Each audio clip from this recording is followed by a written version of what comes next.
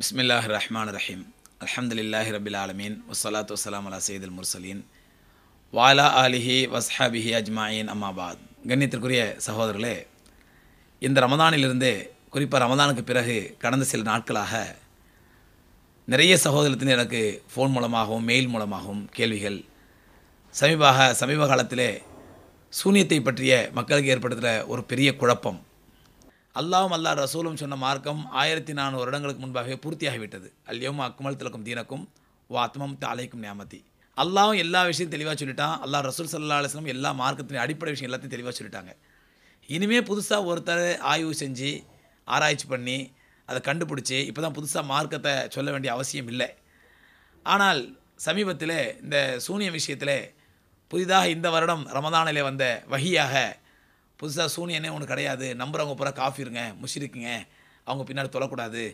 உலகத்தில் உள்ள எல்லா முஸ்லீம்கள், எத்தனை அறிஞர்கள், எத்தனை பெரிய மேதைகள், மார்க்க வல்லுநர்கள் எல்லாம் முஷ்ரிக்கு, நாங்கள் சொல்கிறது மட்டும்தான், எங்களை பின்பற்றவங்க மட்டும்தான் மூமின்கள் அப்படிங்கிற மாதிரி ஒரு தோற்றத்தை சகோதரர் பிஜே அவர்கள் இது ஒரு பெரிய இஷ்யூவாக ரமதானில் ஆக்கிக்கிட்டு இருக்காரு.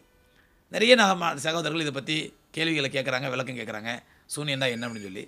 சூனியம் என்பது அல்லாஹ் குரானில் சொல்கிறான். எனக்கு தெரிஞ்சு ஒரு 59 இடத்துக்கு மேலே அல்லாஹ் சூனியத்தை பற்றி சொல்கிறான்.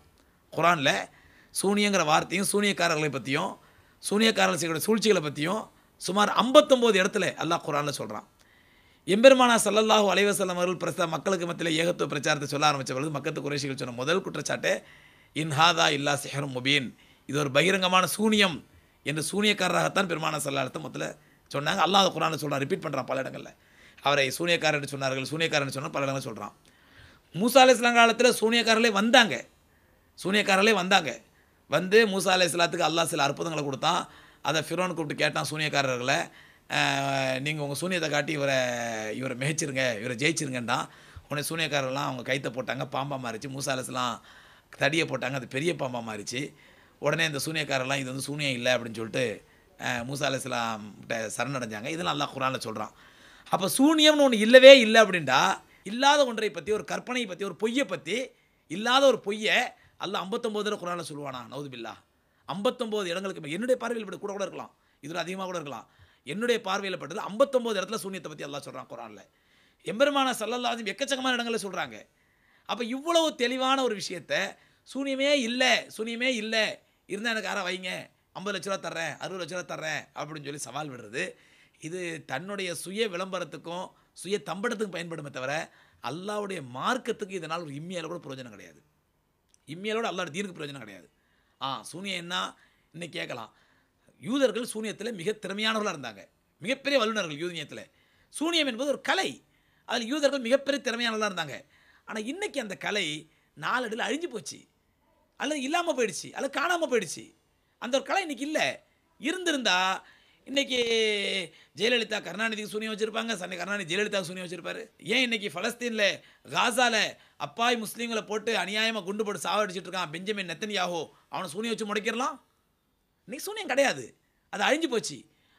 இல்லவே இல்லை, இது பொய். இருந்துச்சு, யூதர்கள் காலத்தில் இருந்துச்சு. இது எப்படின்னு சொன்னால், ஷைத்தான் ஒருத்தன் இருக்கிறான், நம்ம நம்புகிறோம். ஏன் அல்லாஹ் சொல்கிறான், அல்லாஹ் ஷைத்தானை பற்றி சொல்கிறான், இப்லீஸை பற்றி சொல்கிறான்.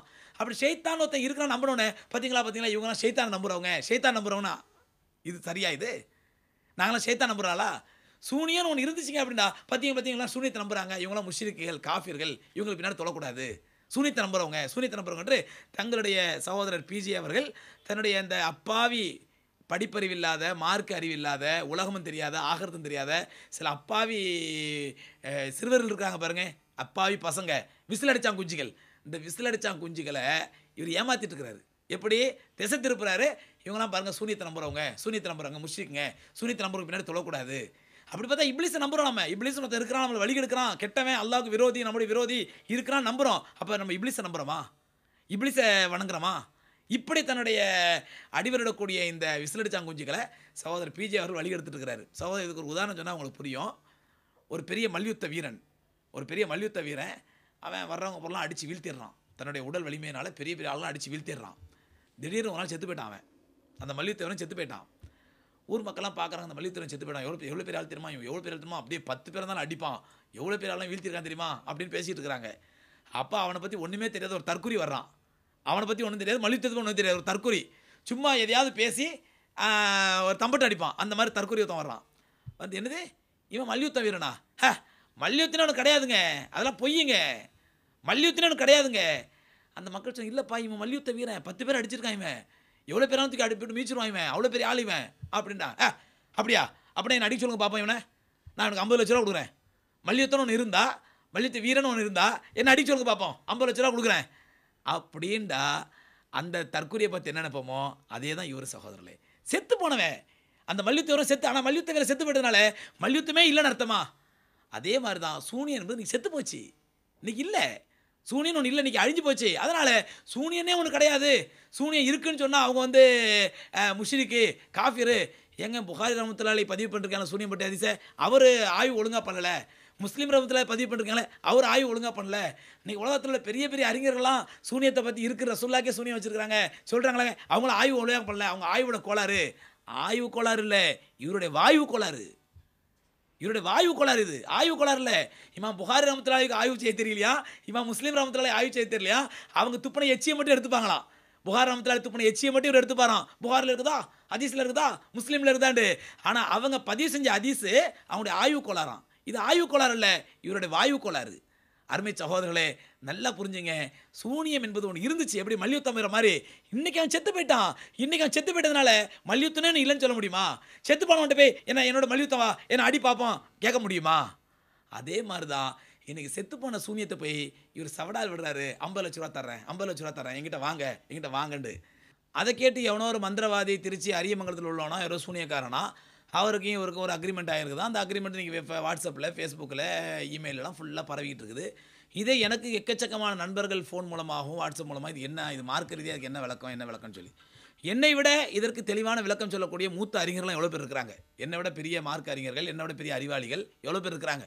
ஆனால் அவங்களாம் என்ன பயப்படுறாங்கடா, இவர் மேட்டரில் போய் கையை வச்சோம்டா, இவர் கேள்விக்கு விவாதத்துக்கு பதில் சொல்ல மாட்டார், இவருக்கு தனக்கு பாதகண்ட உடனே விடலை பசங்களையும் விசில் அடிச்சாங்க குஞ்சிகளை விட்டு அசிங்கமாக திட்ட விடுவார், டிவியில் ஆபாசமாக பேச வைப்பார், இல்லாத பொல்லாத அவதூறுகளை அடித்து விடுவார். இல்லைன்னு சொன்னால் வீட்டில் பெண்கள் தனியாக இருக்கும் பொழுது பச்சை குழந்தைங்க மேலே சாணி அடித்து ஊற்றிட்டு அப்படிலாம் செய்யவே இல்லைன்னு போய் சொல்லுவார். எதுக்கு இந்த வம்பு? அதுக்கு பயந்து நிறைய உலமாக்கள் வாய்மூடி ஒதுங்கிறாங்க. எதுக்கு வம்பு இந்த ஆள்கிட்ட போய் தலையை விட்டுக்கிட்டு, இவரோட இயல்பே இப்படி ஆகிப்போச்சு. ஏதாவது ஒன்று விமர்சனம் பண்ணால் அந்த விமர்சனம் தக்க ஆதாரத்தோடு பதில் சொல்லணும், குர்ஆன் ஹதீஸ்லேருந்து விளக்கம் சொல்லணும். அதை விட்டுவிட்டு விடலை பசங்களை விட்டு திட்ட விடுவார், விசிலடிச்சா கொஞ்சம் விட்டு அசிங்கமாக டிவியில் பேச விடுவார். இதுக்கு பயந்து ஒதுங்கிறாங்க. ஆனால் சகோதரர்களே, நான் ஒரு பொறுப்புள்ள மார்க்க அறிஞங்கிற அடிப்படையில், மக்களுக்கு தெளிவுபடுத்தணுங்கிற அடிப்படையில், இந்த மாதிரி அக்ரிமெண்ட்னால சமுதாயத்துக்கு ஏற்படக்கூடிய எவ்வளோ தீய விளைவுகள் இது உண்மை இருக்குதுன்னு நான் நம்புறதுனால இந்த விஷயத்தை மக்களுக்கு சொல்ல வேண்டிய கடமைப்பட்டுள்ளேன். சகோதரர், இந்த 48 நாள் நாடகம் இருக்குது பாருங்கள், இது என்ன நாடகம்னா அக்ரிமெண்ட் என்னன்னு சொன்னால், சகோதரர் பிஜே அவர்கள் 48 நாளைக்குள்ளே அவர் அந்த சூனியக்காரன் இவருக்கு சூனியம் வைப்பானா, சூனியம் வச்சா இவர் 48 நாளைக்குள்ளே இவர் தற்கொலை பண்ணிப்பாராம். இல்லைன்னு சொன்னால் சூனியம் உண்மைதான் பிரச்சாரம் பண்ண ஆரம்பிச்சிடுவாராம். இது ரெண்டுமே நடந்துச்சுன்னா 50 லட்ச ரூபா தௌஹீத் ஜமாத்திலேருந்து அந்த சூனியக்காரனுக்கு கொடுத்துடணுமா, யாருக்கு அந்த மந்திரவாதிக்கு 50 லட்ச ரூபா தௌஹீத் ஜமாத்திலேருந்து கொடுக்கணுமா. அப்படி எதுவுமே நடக்கலண்டா அந்த சூனியக்காரன் என்ன பண்ணுவானா, இஸ்லாத்துக்கு வந்து சூனியம்லாம் இல்லை, பொய், நான் இவ்வளோ காலமாக பொய் சொல்லிட்டேன் அப்படின்னு சொல்லி பிரச்சாரம் பண்ணுவானா. இதுதான் அக்ரிமெண்ட்டு. சகோதரர்களே, 48 நாள் கழித்து இந்த நாடகத்துக்கு என்ன கிளைமேக்ஸ் நடக்கும், இந்த 48 நாள் நாடகத்துக்கு என்ன கிளைமேக்ஸ் நடக்க போகுது அப்படின்னு சொல்லி இந்த விசிலடிச்சாங்குஞ்சிகள் வேணால் என்ன நடக்க போகுதுன்னு எதிர்பார்க்கலாமே தவிர, அறிவுள்ள மக்கள் எல்லாத்துக்கும் தெரியும் இந்த கிளைமேக்ஸ் என்ன அப்படின்னு சொல்லி. இந்த 48 நாள் கழிச்சு இந்த கிளைமேக்ஸ் என்ன நடக்கும் நான் இப்போ சொல்கிற பாருங்க. சகோதரர் பிஜே அவர் நிச்சயமாக தற்கொலை பண்ணிக்க மாட்டார், அல்லாஹ் அவரை பாதுகாக்கட்டும் அப்படிப்பட்ட நிலையிலிருந்து. ரெண்டாவது, அவர் சூனியத்தை ஏற்றுக்கிட்டு பிரச்சாரம் பண்ணுவாரா, அதுவும் நடக்காது. என்ன நடக்கும், நாங்கள் விசாரித்த வரைக்கும் இந்த சூனியக்காரன் திருச்சியில் உள்ள அரியமங்கலம் சூனியக்காரன், அந்த சூனியக்காரன் பொறுத்த வரைக்கும் அவன் பணத்துக்காண்டி என்ன வேணாலும் பண்ணுவான். நாங்கள் விசாரித்தோம் திருச்சி அரியமங்கலத்தில், அவன் வந்து பணத்துக்காண்டி என்ன வேணாலும் பண்ணுறவன். இவனுக்கு என்ன பண்ணுவாங்க, ஒரு 50,000 1 லட்சமோ யாராவது பணத்தை கொடுத்து செட் பண்ணி களிமா சொன்னு சொல்லுப்பா, தொப்பி போட்டுக்க லாயிலா எல்லாம் சொல்லு. அவன் 1 லட்ச ரூபா பணத்தை வாங்கிட்டு லாயிலா சொல்லி டிவிக்கு முன்னாடி கேமராக்கு முன்னாடி போஸ்ட் கொடுத்துட்டு போயிடுவான். அதுக்கப்புறம் அவன் சூனியத்தை ஆதரித்து பேசுகிறானா, எதிர்த்து பேசுகிறானா, சூனியக்காரனாகவே இருக்கிறானா, முஸ்லீமாக இருக்கானா, நம்மளை டெலிஸ்கோப் வச்சா பார்க்க போகிறோம். இதுதான் இந்த 48 நாள் கழிச்சு நடக்க போகிற நாடகத்துடைய கிளைமேக்ஸ். சகோதரர்களே, இங்கே சமுதாயத்துக்கு என்ன மிகப்பெரிய விளைவு, தீய விளைவு என்ன அப்படின்னு சொன்னால், 2 விஷயங்களை கவனிக்கணும். ஒன்று, இந்த 48 நாளைக்குள்ளே அல்லாவுடைய நாட்டப்படி, அல்லாவுடைய கதிர்படி ஒரு கால் சகோதரர் பிஜே அவர்கள் இயற்கையாக மரணம் அடைவாரையானால், அல்லாவுடைய நாட்டப்படி இவருடைய கதிர் முடிஞ்சு, இவருடைய தகுதீர் முடிஞ்சு, இவர் ரிசுக்கு முடிஞ்சு 48 நாளைக்குள்ளே இயற்கையாக மரணம் அடைவாரையானால் என்ன நடக்கும், அப்பாவி மக்கள் வழிகட்டு போயிடுவாங்க. பார்த்தீங்களா, சூனியன் ஒன்று இருக்குது, இவர் சூனியம் இல்லை இல்லைங்கிற பேரில் சூனியத்தை ஊர்ஜிதப்படுத்திட்டு போகிறாரு. சூனியம் இல்லைங்கிற பேரில் சூனியம் அப்பாவி மக்கள் சூனியத்தை நம்ப வைக்கிறாரு. பாமர மக்கள் சூனியத்தை நம்புவாங்க. ஏன்? இவரோட விசிலடிச்சாங்குஞ்சுகளை, இவர் என்ன சொன்னாலும் கண்மூடித்தனமாக நம்பக்கூடிய இவரோட விசிலடிச்சாங்குஞ்சுகளை நம்புவாங்க. எங்கள் அண்ணனே சூனியத்தில் தான் மூத்தாயிட்டாரு, அப்போ சூனியம் ஒன்று இருக்குது அப்படின்னு நம்புவாங்க. அப்போ எந்த சூனியம் இல்லையோ, எந்த சூனியம் பொய்யர்களுடைய வேலை அல்லாஹ் குர்ஆனில் கண்டிக்கிறானோ, அது ஷிர்க்குன்னு அல்லாஹ் கண்டி எச்சரிக்கின்றானோ, அந்த சூனியம் இருக்குது என்று நம்பக்கூடிய தவறான நிலைமை ஏற்பட்டுவிடும். ரெண்டாவது இன்னொரு விஷயம் கவனத்தில் கொள்ளணும் சகோதரர்களே. அந்த அக்ரிமெண்ட்டில் என்ன போட்டிருக்காங்க? 50 லட்ச ரூபா சகோதரர் மரியாதைக்குரிய சகோதரர் பிஜே அவர்கள் தன்னுடைய பலசரக்கு கடையை விற்று இந்த 50 லட்ச ரூபாய் கொடுப்பேன் அப்படின்னு சொல்லியிருந்தால் பரவாயில்ல. தௌஹீத் ஜமாத்திலேருந்து கொடுக்கணும்னு சொன்னால், தௌஹீத் ஜமாத்துக்கு யார் வாப்பாட்டு பணம் இருக்குது? பொதுமக்களாக நீங்கள் கொடுத்த பணம்.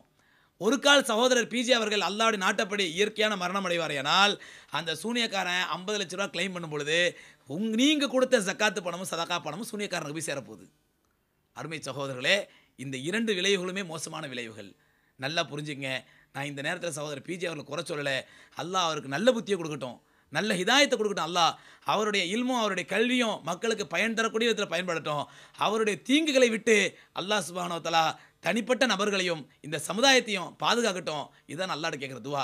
இப்படி சொன்னதுனால உடனே அவருடைய விசிலடிச்சாங்குடியில் வச்சு வழக்கப்படி அசிங்கமாக திட்ட விடுவார்.